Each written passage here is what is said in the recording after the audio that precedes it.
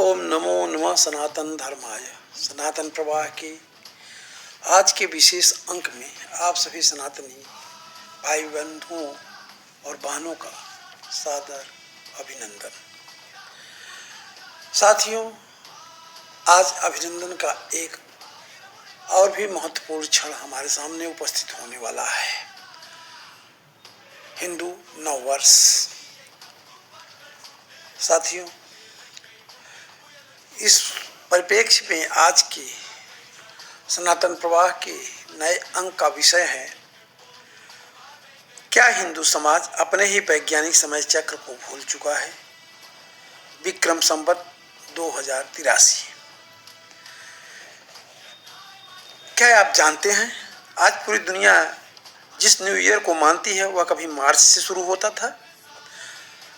और क्या आप जानते हैं, भारत का नववर्ष जो प्रकृति, ऋतुओं और ब्रह्मांड के साथ पूर्ण सामंजस्य में है, आज उसी भारत में उपेक्षित क्यों है?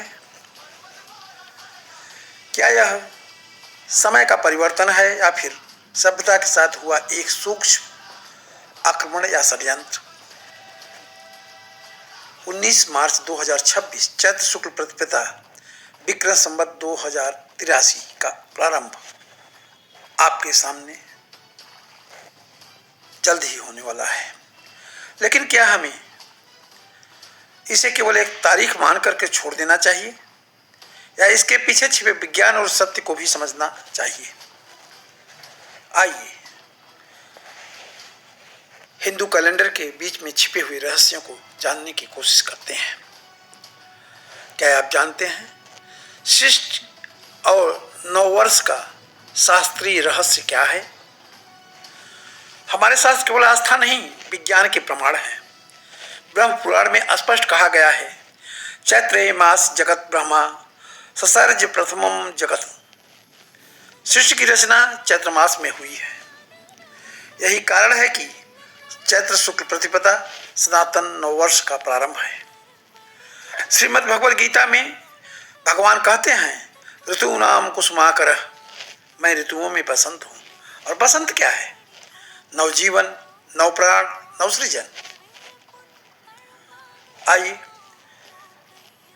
उस षड्यंत्र को हम समझे जिसके अंतर्गत जनवरी नए वर्ष का प्रथम मास बना। अब सबसे बड़ा प्रश्न, जब पूरी दुनिया कभी मार्च में नवरात्र के शुरुआत से अपना नववर्ष मनाती थी, तो फिर जनवरी कैसे पहला महीना बन गया? इतिहास बताता है, प्राचीन रोमन कैलेंडर में वर्ष का आरंभ मार्च से होता था। सितंबर 7वां महीना, अक्टूबर 8वां महीना, नवंबर 9वां महीना, दिसंबर 10वां महीना।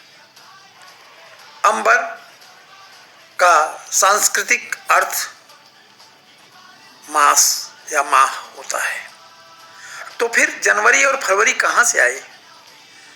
बाद में राजनीतिकरण द्वारा ये जोड़े गए और भारत में अंग्रेजों के आगमन के बाद हमारी शिक्षा, प्रशासन और सोच सब बदल गई। धीरे धीरे हमने अपना विक्रम संवत छोड़ दिया और अपना ग्रेगोरियन कैलेंडर। क्या यह केवल सुविधा थी या पहचान बदलने की प्रतिक्रिया, भारतीय संस्कृति के साथ खिलवाड़ करने का एक क्रम?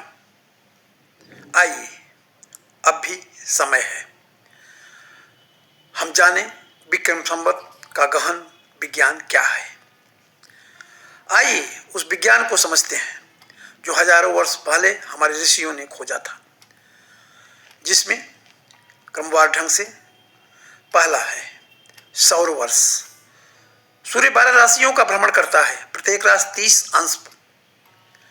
कुल समय 365 दिन 6 घंटे 9 मिनट 11 सेकेंड। इतनी सटीकता आधुनिक युग से हजारों वर्ष पहले कैसे?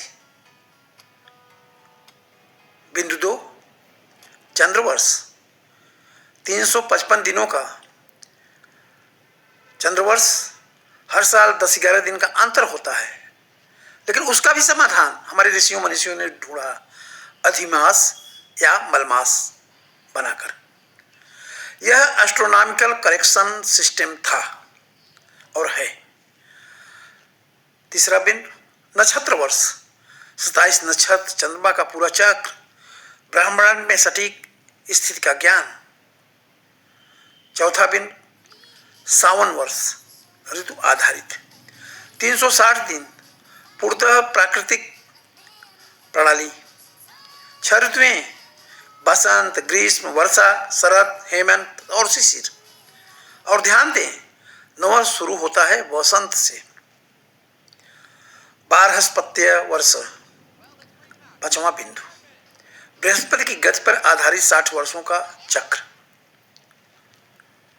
इसी को आधार बना करके हम आगे बढ़े तो पाएंगे 60 संवत्सर, जो भारतीय कैलेंडर के अंग हैं। समय का चक्र संवत्सर को 60 वर्षों के बाद फिर उपस्थित होने का मौका देता है। रहस्य, क्या आपने सोचा है हमारे हर वर्ष का नाम क्यों होता है? प्रभव, विभव, शुक्ल, प्रमोद इत्यादि 60 संवत्सरों का नाम है, जो समय के चक्र के रूप में 60 वर्ष के बाद एक बार फिर उपस्थित होते हैं। कुल 60 संवत्सर। हाँ, यह केवल नाम नहीं, यह समय का ऊर्जा चक्र है। हम अगले भाग पर जाएं, जिसे हम पंचांग कहते हैं, ब्रह्मांड का टाइम कोड। पंचांग के 5 अंग, तिथि, नक्षत्र, योग, करण और वार। यह केवल डेट नहीं बताता है, यह बताता है समय का स्वभाव।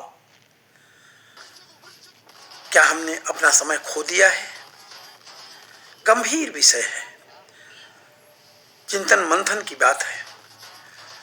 जिसने ग्रहणों की गणना हजारों वर्ष पहले की, जिसने ब्रह्मांड का समय समझा, क्या वही सभ्यता